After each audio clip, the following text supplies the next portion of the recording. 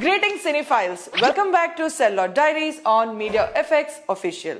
I'm your host Nivedita. In today's deep dive, we are unraveling the curtain of the Indian film industry's best kept secret, the inflation of box office numbers. Is it just smart marketing or a facade hiding the real picture? Let's embark on this investigative journey. Once upon a time, the success of any film was measured by its longevity in theatres. A movie running for 100 days was the gold standard. Fast forward to the present day and the narrative has dramatically shifted. Opening weekend revenues and the total gross earnings are the new benchmarks.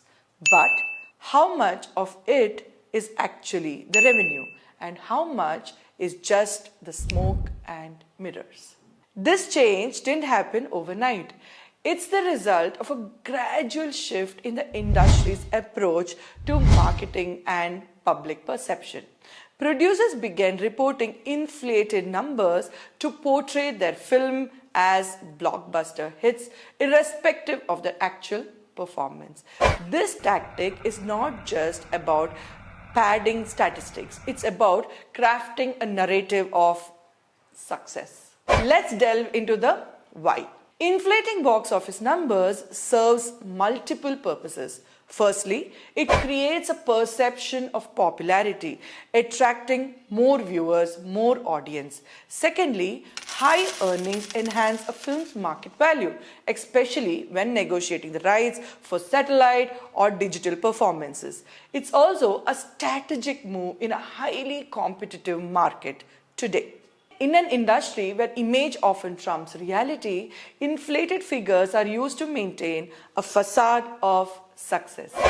This trend isn't just about preserving a film's image, it extends to protecting the reputation of actors and producers.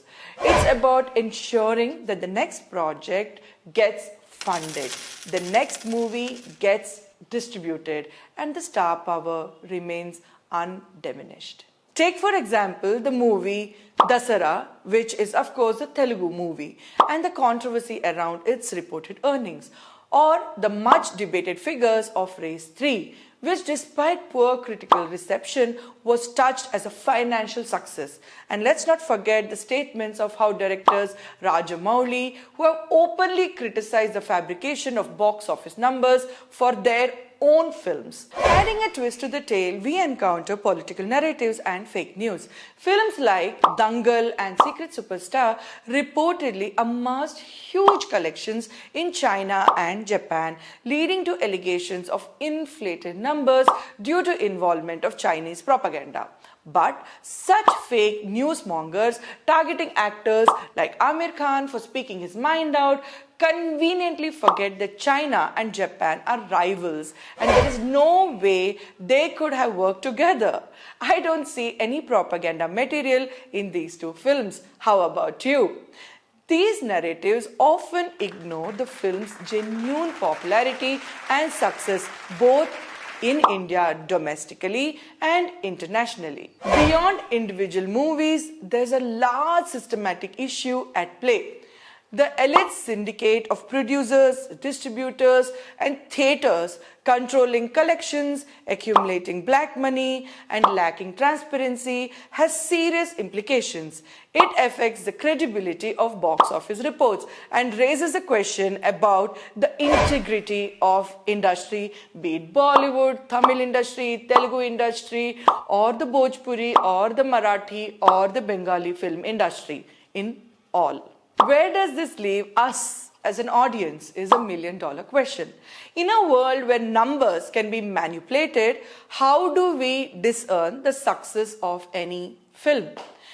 As the line between the real and the real continues to blur, it's critical for us as viewers to look beyond the numbers and seek the true essence of cinema.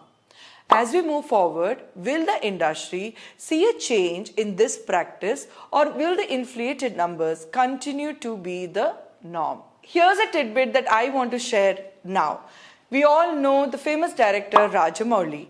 Rajamouli has openly criticized and didn't go for the success party of Bahubali or the famous Magadhira film and also Simhadri, which was one of his greatest success with Junior NTR. Why?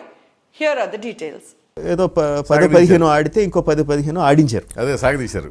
అది చాలా చిరాగ్గాను humiliating గాను ఉండేది అది. Not only that, here's another producer, the popular Karan Johar, in a symposium openly says that if his film doesn't work, it is the PR team which is going to take care of it.